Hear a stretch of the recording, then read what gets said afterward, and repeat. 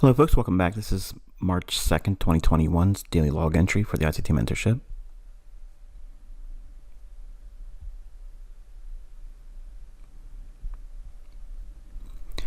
Alright, so I want to talk a little bit about the dollar index and the euro dollar in a little bit more detail than that of the British pound. And then I'll mention the S&P at the end. So we're looking at the dollar index as a daily chart. You can see we have the mean threshold of this last up close candle, which is a bearish order block that's projected in this time. Then we have that rejection block I drew your attention to before we traded down through it and rejected. So right away, I want you to notice that we have, again, not done a whole lot. January low, February high, nothing terribly exciting. So we're still inside this range. Nothing has happened, even though there's been trades. So don't get excited about missed moves or being concerned about, oh no, it's moving without me. Nothing's going on yet. It's still in a range. So these two reference points here and these lines, this is what I'm going to refer to on the lower time frame charts. Okay.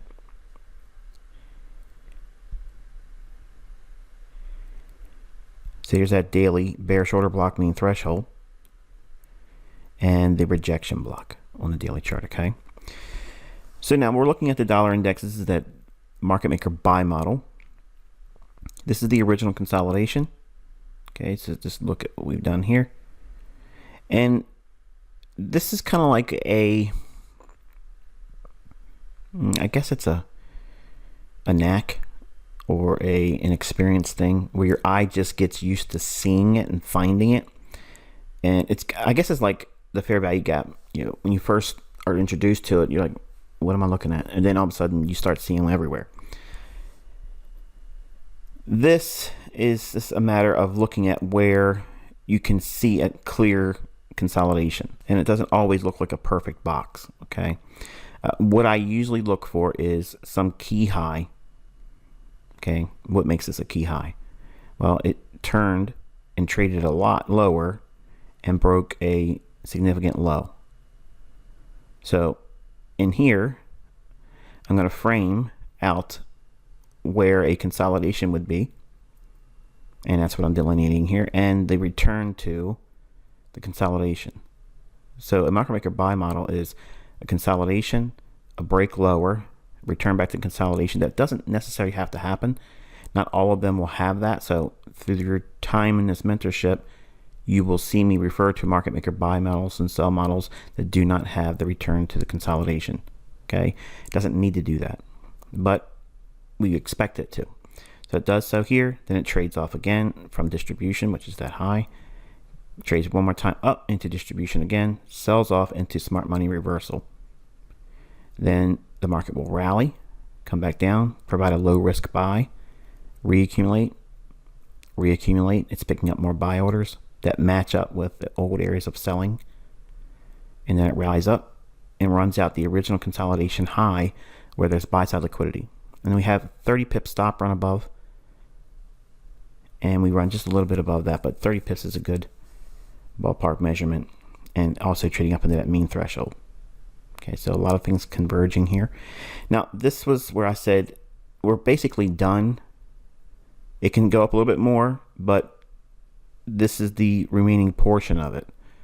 And then we get this slide lower after it goes into the mean threshold and sweeps 30 pips above the original consolidation. All of this in here, you're going to learn more about that pattern throughout this mentorship. It's not taught in any one particular video. I can't teach it all in one particular video.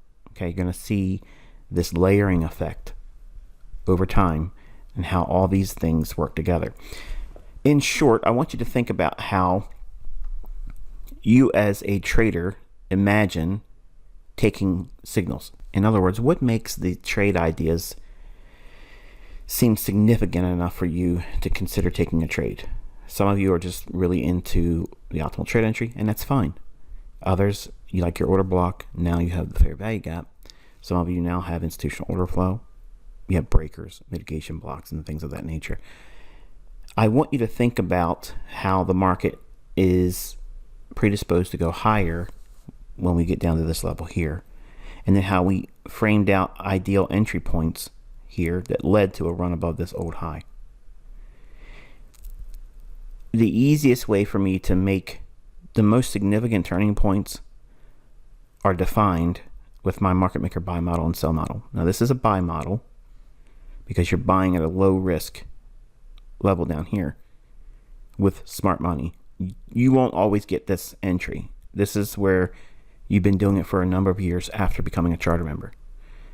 This here, here, or here is about what you're going to be striving for by the time you're a charter member. Now, you may get to that point where you can trade these points here in your mind, in paper trades, demo trades, not live trading, okay?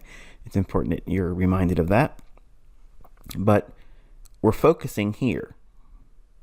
So if it was going to reject and reverse down here relative to that daily rejection block, that's what this level is here. If it's going to go up, where is it going to go? Here. So everything from this point here till we get to this price level should be a buy. So it keeps you on bias. Bias being bullish. Okay. We don't trade dollar. We use it for a barometer. So it's telling us that foreign currency should be going lower. So if we get buys here on dollar, that should translate into sells for euro dollar and cable, or British pound versus US dollar. Until we run above this high. How high? Well, if we went above a 10 pips, does it get to that mean threshold? No. Does it get to the order block? Probably. If we go 20 pips up, does it get to the mean threshold? No. Does it go into the order block? Yes. What if it goes 30 pips above it? Well, it goes to the mean threshold, half of the order block on the daily chart.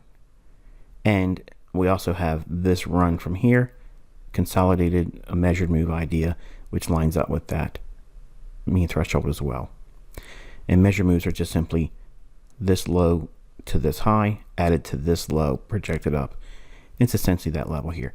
The easiest way of saying it is this is a classic bull flag where when your institutional order flow is bullish, then they will work. But many times you're going to see bull flags form just because they may fool you into thinking they're there when it's opposing the underlying institutional order flow. So it's important you understand that we're outlining the logic that gets behind why these markets move to where they go. Okay. So you were framed on how and what would constitute a smart money reversal down here with the logic of the rejection block. And we framed out all these reference points here and how they line up over here and targeting the buy side liquidity over here. If you just took a run to this initial run here and that was it, that's all you ever did, and didn't participate in any portion of this move here, is that a failure? No. Don't be tricked and lulled into thinking that you have to get this exit, because if you buy down here or here or there and you get out just at that high or just below it, it doesn't even need to break that. If that happens, you have a model that works, and who cares how many pips you take out of it? If you're consistently able to find this move a couple times a month, well, who would be upset about that? No one should be. Okay, but you're going to learn more about this. I just want to bring it to your attention now, because you're going to hear a lot about this throughout the months ahead, and a lot when you're in a charter membership.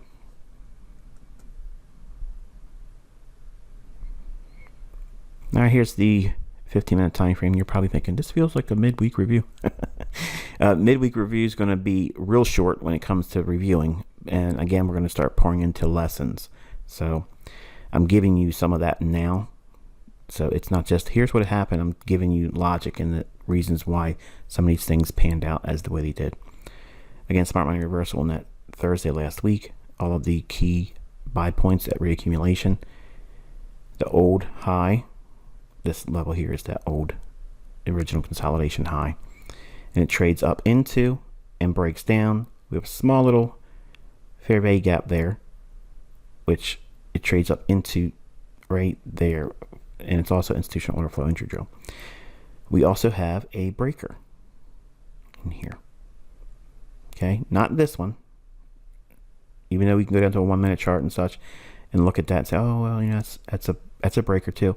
Why not use that one? Because we had the consolidation here. See these relative equal highs here? So the low prior to that being ran out is here. So don't try to get too greedy with thinking you want to get an entry up there. You don't need that. Okay, you don't need to touch that breaker. And here's enough for the logic. And it's just below the SIBI here. Sell side imbalance, buy side inefficiency, or fair value gap. Why did I call it a fair value gap the first time? This is a pop quiz question. Why did I first call this a fair value gap, not a SIBI? I eventually called it a SIBI, but why did I first call it a fair value gap? Because this right here is a larger inefficiency on the downside. So that's a sell side imbalance, buy side inefficiency, and that's a fair value gap. Both are the same. This is just a smaller range versus something like this.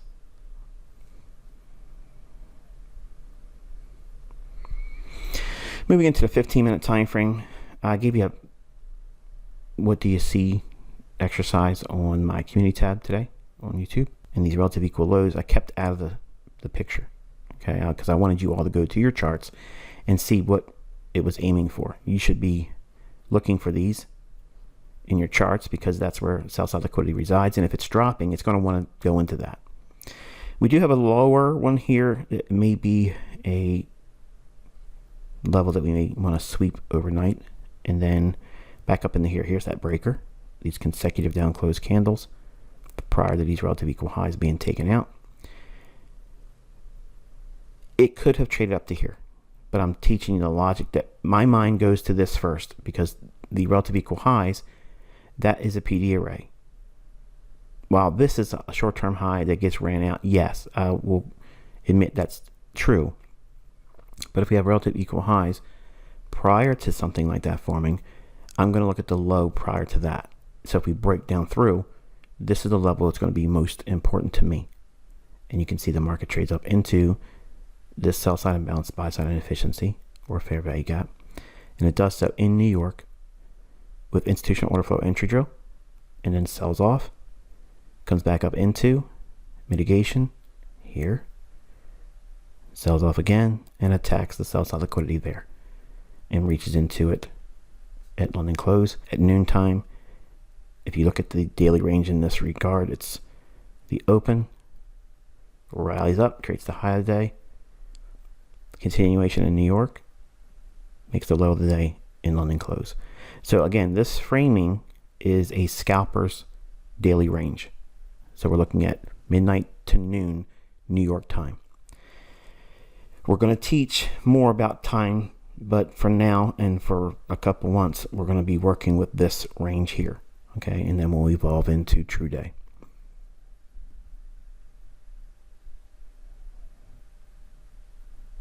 All right, and finally, the daily log entry 5-minute chart for the dollar index. You can see we run up into the London open kill zone, creating the high of the day. After it completes the market maker buy model, it creates the high of the day, breaks down, trades back up into the imbalance here for institutional order flow entry drill, New York session, sells off, fair value gap here, 1, 2. What happens if it goes up in here and moves away? It's done, right? We don't use this fair value gap. No. Perfect example. Okay. It sells off. Look at the big move occurring in London close. The big moves occurring after the original setup forms in New York, in continuation of what formed and what bias was formed in London, bearish. Heavy selling in London close. Goes a little bit lower, but we're not worried about that if you're working with intraday data. How do you find high probability setups in short-term scalps or intraday swing trading? Midnight to noon.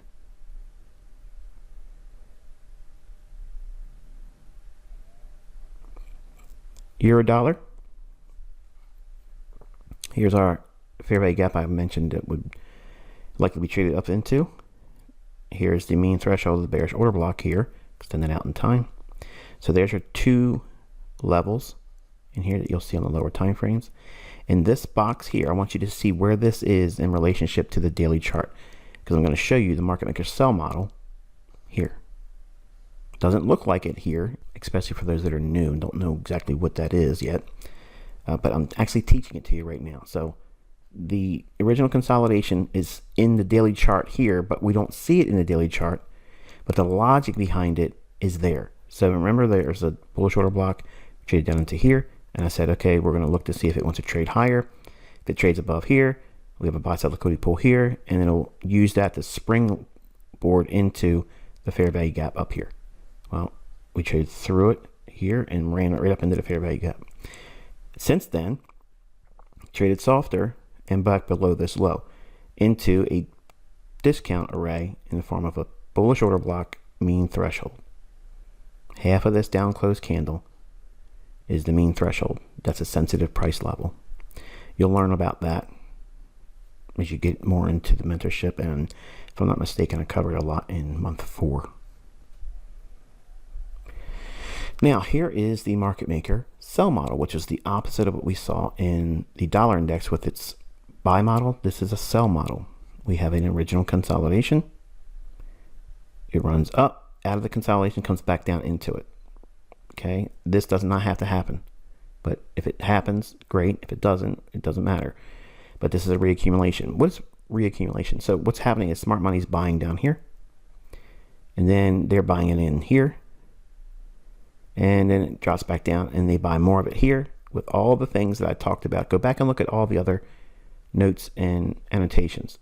All this is stripping it away to the logic, but I was giving you the very specific price points and PD arrays that line up with these ideas. Okay, this is theory.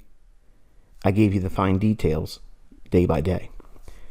Then it runs up into the fair value gap on the daily chart. That's the smart money reversal. This is where smart money or the interbank traders are offloading their longs and shorting heavily. They get to this point, the algorithm stays up there. Notice what's going on? It's staying up in here. Is this buying and selling creating this perfect little area of consolidation? Like they're all working in concert to create this opportunity for the pause up here for smart money to assume short positions and offload their longs. Think about this, folks. Think. This is all design. And the market trades down. Oh, you're talking in hindsight, Michael. Remember, I said this is going to be the area where it's going to trade to. So if I give you more logic, don't discount it. Okay, I'm telling you what goes on behind the scenes. So the market creates a smart money reversal here. Again, you won't always see these price points, but you're seeing that I can call where they're going to go and why it would be important for a level to trade to there. And then you introduce all this logic here, and then it starts to come together like a jigsaw puzzle. The market sells off. We have another level of distribution, which is the bearish order block in here. I covered all this. Then we have another level of distribution in here, or redistribution. Another level of redistribution, and finally sends it lower below the original consolidation and into the sell side liquidity that rests at the mean threshold on that daily bearish candle, which is a bullish order block. That's this level here. And it occurs on Tuesday. So the market rallies here. Now, do we trade higher into here or upset some of this for liquidity? We'll see. It's not farm payroll. Wednesday's tomorrow, so we're trying not to do too much because it's already completed everything we would reasonably be expected to do. All right, 15-minute time frame for the euro. All I'm showing you is just a more detailed look on the lower time frame. It trades back down and finds support at that original consolidation and finds a rally off of that. Rebalances this small little fair value gap. We have a buy side liquidity pool resting right above there, and we have just a small little tiny little fair value gap right there. I left that in the chart so I can point to it without having any additional annotations because of the text here. Focus right there. If we keep seeing the dollar go lower, euro will want to go right up into here, which would take out buy side liquidity there. And the 5-minute chart for the daily log entry for euro dollar. Sell side liquidity pool, and 25 pips below that.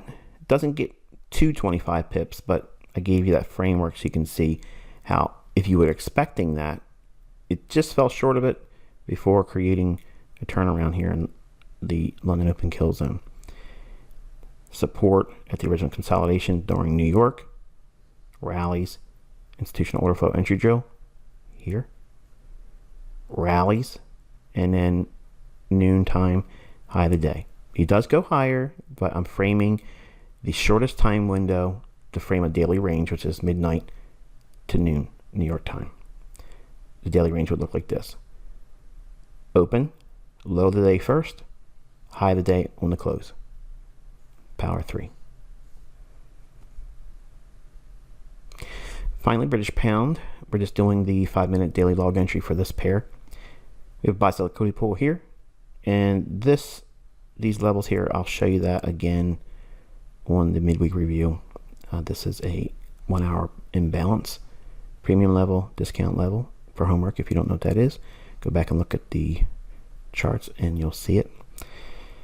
Sell side liquidity pool here at midnight, and it breaks lower into London Open kill zone, trades through the big figure. Okay, and here's your buy side liquidity pool here. So if we wait for it to come back down into the breaker, we have a low, the high, the lower low, the up close candle, and the high. That whole candle, that's your breaker, extended in time. Here it is, time, New York Open, price, breaker. It didn't rally here when it was a bull flag.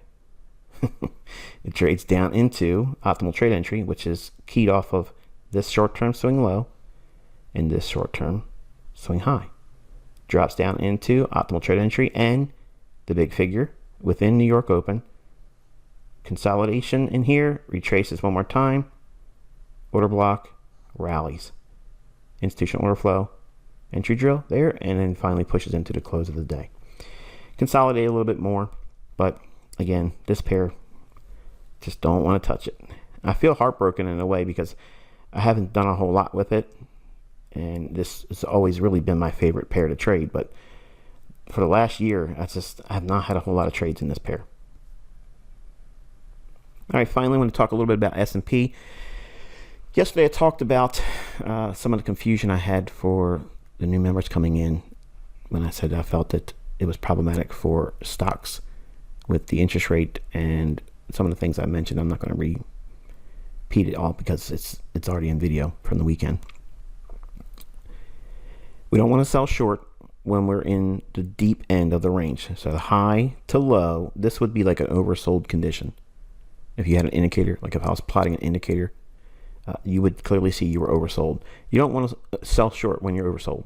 Okay, retail understands that much. And if I'm bearish, what I'm saying is if it gets to a premium or a premium PD array, then I'm interested in selling short. The imbalance here, sell side imbalance, buy side inefficiency, is defined with the premium high here at this candle's low. I mentioned this yesterday. And when we were trading up here, I said, I'm interested in seeing it go lower from here. So we use this going forward. Now, how do setups form, ICT? How can I take what you're saying and go into the chart and study and practice looking for things to form based on what you're saying, but still not be a signal service, still not put you in a live trade, still not do all the hand holding and get you so accustomed to me pointing it to you every single time, so that way you're codependent. That's a big, well, it's an important thing for me to balance, because I want you to learn, but I don't want you to be expecting me to lay it in your hands for you, because if I do that, it teaches, like I said, codependency, and I want you to be an independent thinker. I'm helping you with my experience, so that way you go in with the right idea, so you can start studying and looking for the things I'm teaching you. Even if it's hindsight, you're going to find that even with this example here, it's beneficial. So this was the level we wanted to see a reaction at, basically, because we had dropped from here down, rallied back up. We rebalanced all of this downside. Okay, all of this sell side delivery was rebalanced with buy side delivery. Look at the bodies of the candles here. You don't think that's respecting that? That very level I talked about. This is the S&P. This is one of the big boy markets, okay?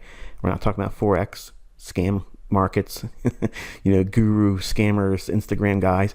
We're talking about this is a real professional market. Okay. This is a real institutionally traded market.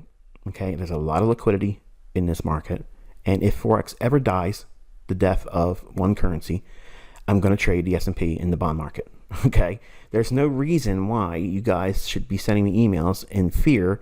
What happens if they end all the foreign currency? Well, okay. Nothing's going to happen except for I'm going to change my asset class. It's simple as that. And there's always going to be commodities. And it is what it is. You have to adapt. We had to adapt as traders from the 90s from open outcry pits where we had to call the broker, wait for the phone to ring, for them to pick up the phone. Then when they answered, they said, "Hey, hello, Lynn Waldock. How can I help you?" And you would say, well, for me, it would be H desk. Oh, 1 second. And they put you through. Then it rings again. The whole time the market's moving around. Okay, it's not waiting for you. H desk picks up. H desk, your account number. You give them the account number. Okay, then you give them your PIN. Okay, what can I do for you? If this was December contract, which it's March right now, you would say, I would like to sell 10 Christmas spoos at the market, or I'd like to sell 10 Christmas S&P at 3,900 or better. Good till canceled. That means the order stays open until I cancel it. And you give them a stop, you give them a target, and you say, okay, do you want to hold for your fill? Yes. Then you wait. He sends the order to the pit. You wait, and then all of a sudden he comes back. Okay, you have sold 10 Christmas spoos at 3,901 or whatever, if you maybe 3,100 even, whatever your fill was, they give you that, and they give you a confirmation number or your order number, and that's it. You close and you hang the phone up. That's how we used to do it. You guys are spoiled. You pull up your smartphone, you click, click, click, click, click, click, click, and it's done. Okay, it's instantaneous. It's right there. So don't be fearful of change.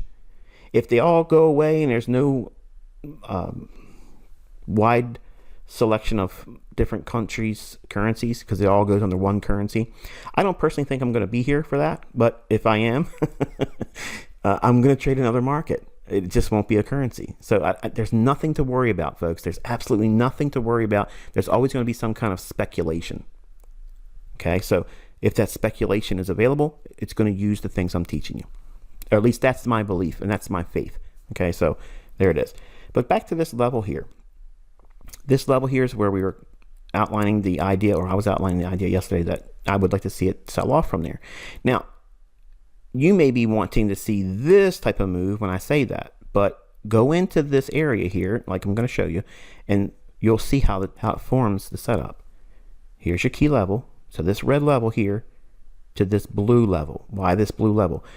Well, this is your fair value gap. This is the premium level of the fair value gap, which would act as a discount level now, because when price is up here, it's going to trade down to that. So in other words, this is just an area where a fair value gap would exist, and this would constitute an institutional order flow entry drill.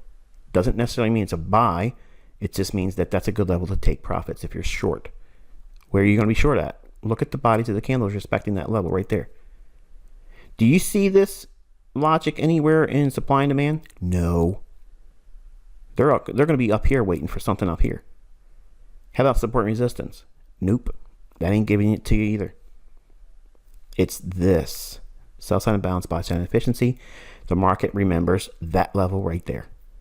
Before it became electronic, the actual men that would make the market would utilize that level right there. That's why if you can go back in the old data, you'll still see these things happening then before electronic trading, because it's the same things. Only thing they've done, folks, is automated it. It's much more efficient now.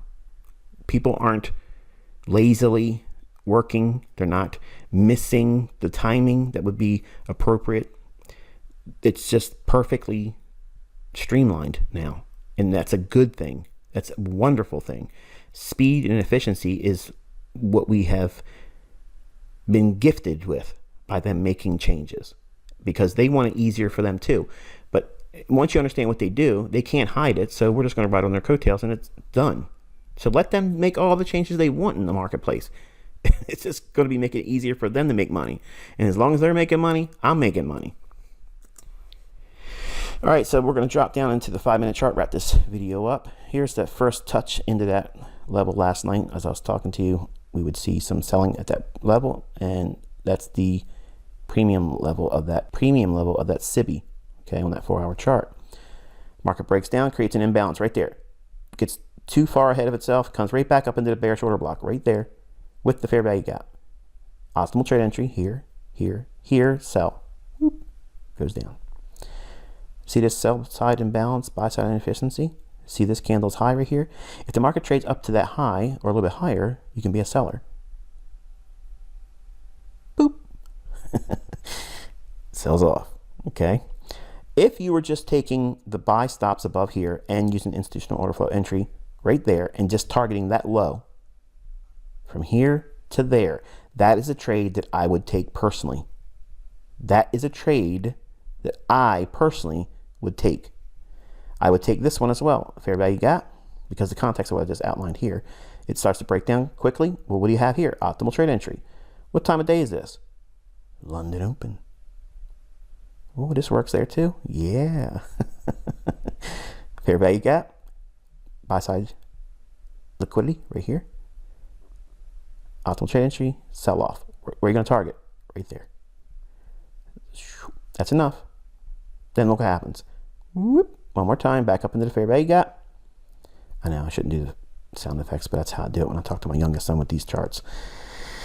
You can hear me. I've been talking to him today.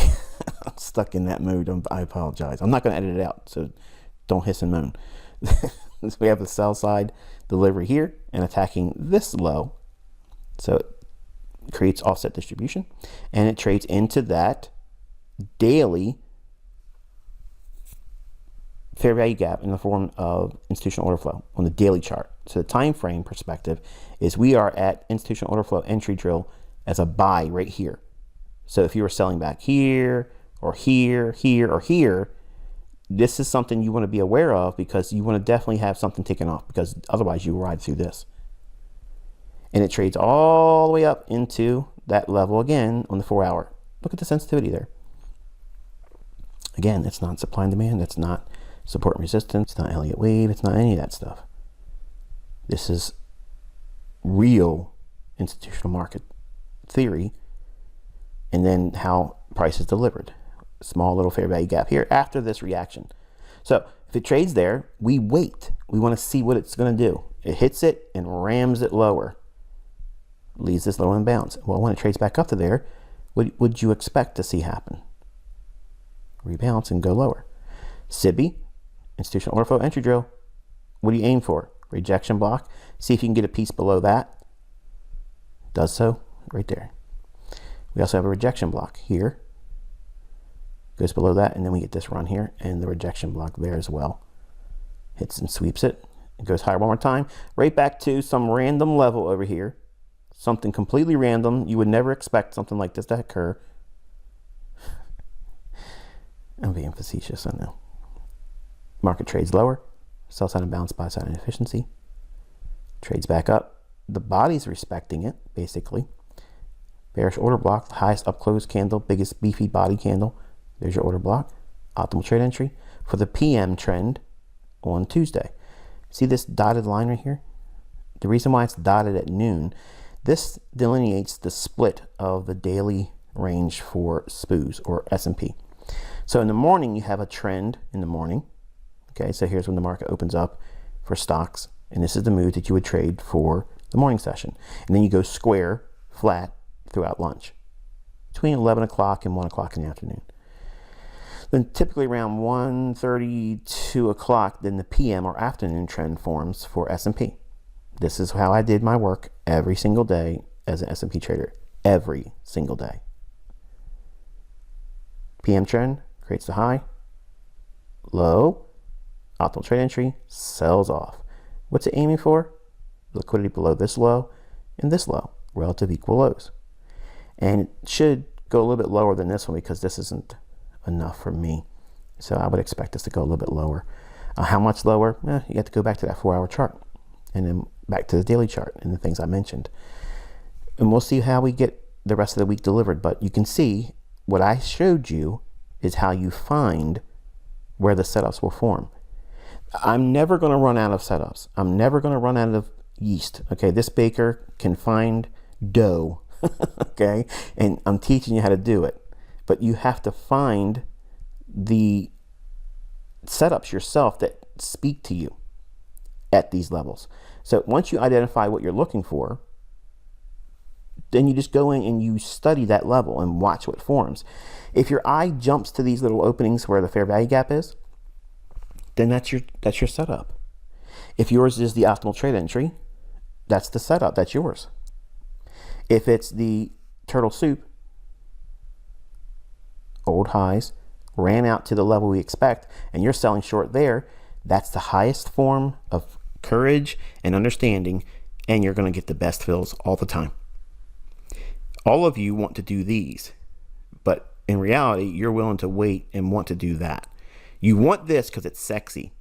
You want this because it's safe sex. Okay, not to be crude, but that's how most of you young men are thinking. You want this, but you're really going to wait for that. Over time, you're going to learn that is not a big deal, but you're going to learn to trust it over time. And it sells off and goes to offset distribution with the rejection block here, and then offset distribution here on that one. So notice what's occurred here. Today, the bias for SPOOs I gave you was what? Was it bullish? No, it was bearish. Off of what level? What was the framework? That 4-hour premium level on the CIBI. So it hits it here, sells off. It hits it here, sells off. And it hits the fair value gap after hitting there and then sells off. What pattern exists here on all the sell-offs? Everything I've talked about on each one of them. Optimal trade entry here, fair value gap, bearish order block. Optimal trade entry here, CIBI, institutional order flow entry drill. Optimal trade entry here, fair value gap, order block, sells off. Optimal trade entry here, fair value gap, order block, sells off.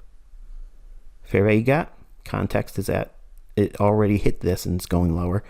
Fair value gap here, displacement, imbalance, bearish order block, optimal trade entry, sells off. You see how they all start to dovetail?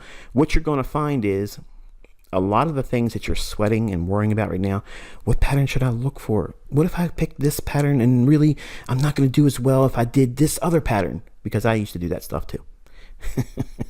It's all part of your development.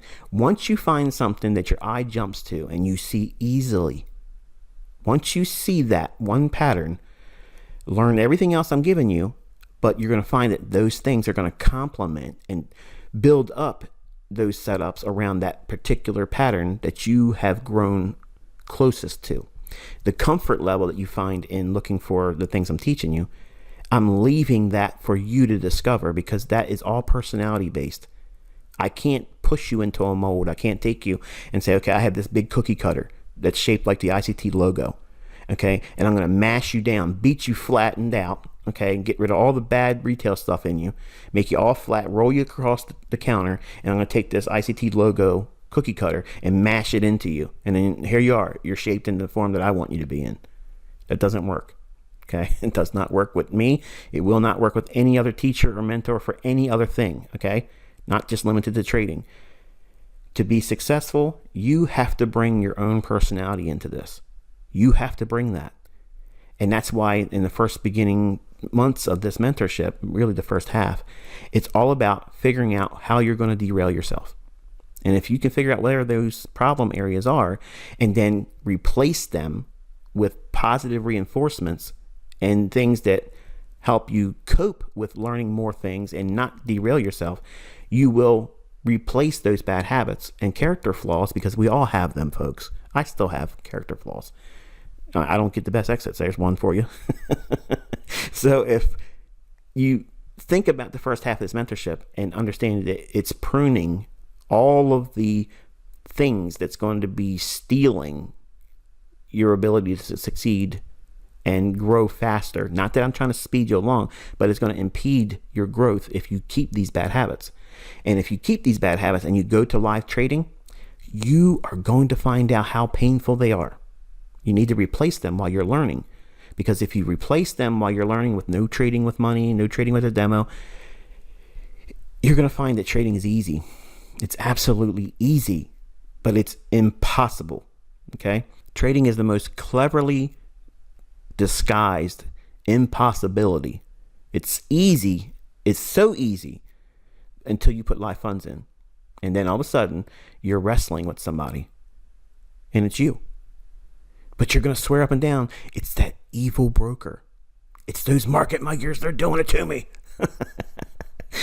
They're doing whatever they're doing, but they don't know about you or your order. You're just doing things that you shouldn't be doing if you're getting stopped out all the time or losing. So there is this process that you're submitting to, and once you submit to it, you'll start seeing these things in other markets and not just Forex. You can make an enormous fortune trading just the S&P and never touch a currency ever again. You don't need to look at the dollar index. You don't need to look at, 3 markets to find out a trade. You can literally just trade the S&P market against the bond market. That's like your barometer.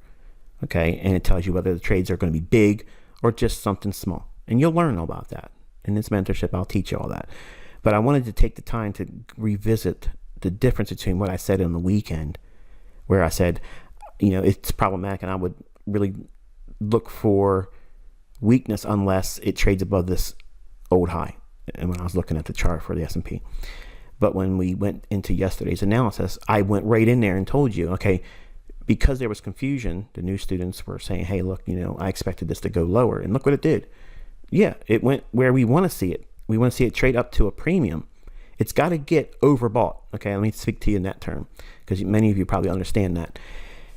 When it's up here, it's overbought. When it's up here, it's overbought. When it's over here, it's overbought. That's the ideal areas for you to sell short. But how do you frame overbought? I'm not pulling up an indicator. I'm putting this red line here on the chart. And anytime it touches that level, that's when institutions would see it's overbought. And then that's where they want to sell because they know it's at a premium price. It's about as far as it's going to go, is what I'm saying. And look at your chart. All you have to do is look it up and pull up your chart and you'll see what I just showed you yesterday and talked about before it happened. Here we are. What patterns are here? The very ones I'm teaching you. This is the reason why I say don't worry about missing moves. These things are occurring in every other market right now. It's happening in stocks. It's happening in the bond market. It's happening in currency futures. It's happening in commodities. Forex. Come on now. You can't be in everything at all times. So that's the reason why I tell you just focus on the euro dollar and focus on the British pound and the dollar. Because I'm teaching you how to stick to one area and become an expert. You're being an expert in price action. I'm not making you experts of euro dollar. I'm not making you experts of or pound versus US dollar. And I'm not making you dollar experts. Okay. I'm not making you Forex experts either. I'm teaching you how to read price. So that way, when our time together finally does end, and I don't know how that would be, but if it ends for whatever reason, however it ends, you're going to be okay. So that way you'll be able to go out and find setups, and no matter what asset class you trade in, then there it is. You have it. But these things repeat. If I would have hid this chart name or the market, basically what this market is, if I would have hid it from you and hid this price axis over here, and I showed you that only the people that were following S&P would recognize this chart. Only those individuals. But you would have been trying to figure out what currency is this? This is probably that Swiss franc or the Japanese yen, because it's not a pair I would normally talk about. And because I'm not talking about it, you probably aren't looking at it either. So you're thinking, okay, what currency is this? Instead of going through, the logic of learning and showing what it is I'm showing you here and retaining that, you're going to be trying to figure out what currency it was. And it's not a currency. It's the Standard & Poor's futures. That's it. This market here is highly highly traded. And it doesn't have a whole lot of manipulation like Forex does. Okay? Just like the bond market doesn't have a whole lot of manipulation in it either. Now, you hear these guys talk about how they use a 2-pip stop loss in Forex, and they're liars. There's $1 million of my money if you can do 30 days trading every single day, use nothing more than a 2-pip stop loss with a live account. Not empty for crap. Okay, I put this out there. Not one person can do it because it doesn't happen, folks. Listen, I'm really good, and I can't trade with a 2-pip stop loss. Okay, I can't do it. Even with a 1-minute chart, I can't do it because I know the broker, they have the luxury of opening up that spread. They can do that. That's legal, and that's why these yahoos that are 20-year-olds, they're talking that stuff. They're liars. They have no idea what's going on. They have no idea. Period. But now take me over to the bond market. Yeah, I can use less than 5 ticks in that market. I can trade with a 3-tick stop loss in that market. Okay, those markets are really, really efficient. They're really efficient. They don't have a whole lot of tomfoolery in them. Okay, but they're very boring. They're very, very, very boring. And for some of you that eventually will get old, like I'm going to eventually become 50 here in another year or so, and I can feel my body talking to me. Like it's telling me all about it. Okay. So I know that I'm probably not going to be able to weather some of the excitement that usually comes into the markets on the Forex level. And I might want to go back to something that's a little bit more tamer. And that might be like this market here. I'll go back to where I started, and the bond market, because they're slower. And you can still make lots of money doing that. It's just, I like when these big moves occur in the Forex, I just like it. It's fun to be a part of. I don't like carnival rides, like roller coasters and things like that, but I like to be a part of that run when it happens because it feels good. And maybe this is a market, like I was mentioning, and I think I started to say it, but I didn't really complete my thought on it the other day.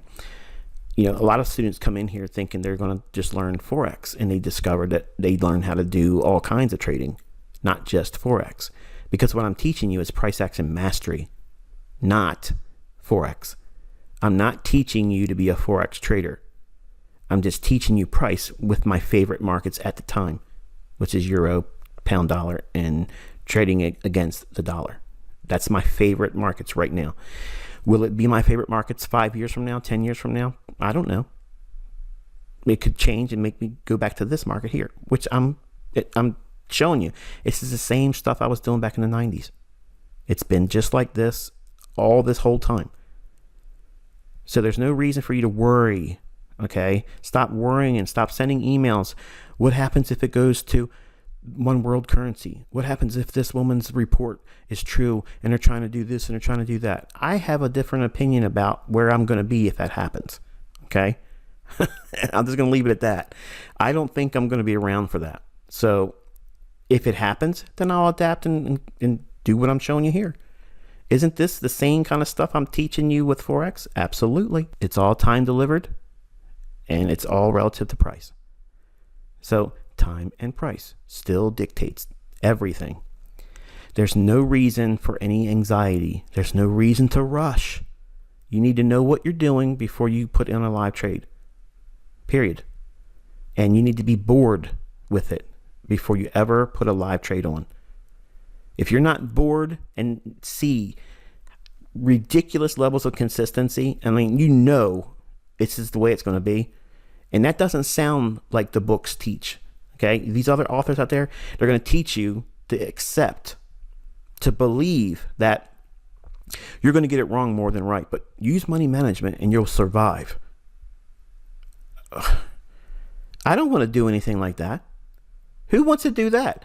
That's like, look, go into this Lions exhibit at the zoo, wrapped in steaks, and run really fast. Okay, you're probably going to die. You're probably going to lose some limbs.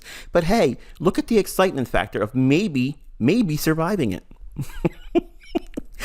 Think about it. I mean, it's nonsense. That's what these people sold me in these books that I own. Okay, that's the nonsense that is still pushed on these people that come into this industry. Okay, they're brand new. They're like, man, this is incredible. Like, I really could survive this onslaught of a lion chewing me up. Because that's what they're saying. The books are saying, hey, look, you have a really, really poor chance of making money. But on the slim chance that you do get lucky and you do survive, you could make money. And you can credit this book for doing so. So I don't want those types of odds. I don't like that. Okay. Clearly, you've seen that I like to look for things that are a little bit more likely. They're not guaranteed. They're not 100%. But boy, oh boy, it's totally different from the things that I learned in books. Okay. It's opposite to that. So hopefully you got something out of this one today, and I will be back tomorrow for a midweek review. Just know that we're going to be doing more of this style where I'm going in, I'm teaching you theory, I'm teaching you foundational studies that I will build on that leads to being able to go into the marketplace and find where the setups are. March 9th is when you have to have your month 2 payment to me. Okay, if you don't have it to me by that date, on March 10th, I'm removing everyone that has not made that month 2 payment. You won't have access to month 1.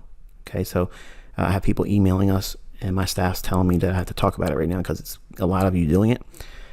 Just like the agreement said, you lose access. If you don't make month 2 payment, you don't have access to the things that you are watching in month 1 right now. Okay, it's just like Netflix. You have to pay to play. And if you don't pay, you can't play. So on March 10th, you're going to notice that your videos will take you to directories that are very specifically named. Okay. We have user groups that have been broken down into, so each member is part of a group, and that watermark is for that. It took us a lot of time to get it like this. So that way it's going to help me find the leakers, and then out the door you'll go. But if you notice that you have an issue with your videos, some of you say, I can't watch this video or that video. If it would be a wonderful help to my staff when we get to the 10th of March, you're going to see your videos will be in very specific directories. And if you tell us that you have an issue with your video, if you would please include that directory, or actually just send us the link. Okay, just copy the link in your browser and send that very link to us if it doesn't open for you. Okay, that'll help us track it down, because we're doing so many directories for the files now because of different user groups and such. We may make an error in putting a video that would be otherwise part of another user group in the wrong directory. Okay, so I anticipate that occurring. I don't think it will happen, but if it does, it'll help us correct it quickly. Okay, and also stop sending any technical issues through the ICT Mentorship Inquiries email. If you're already a member here, you don't use ICT Mentorship Inquiries email ever again. Okay, you don't do it. You only email me at innercircletrader@gmail.com. Okay, I'm using the ICT Mentorship Inquiries at Gmail for people that are giving me videos that are being leaked, and I'm working with them to find out. I got 3 people on Instagram that are pushing out 2021 videos, and I have people giving them to me, so I'm weeding them out. I'm gonna get you. Until I talk to you tomorrow, be safe.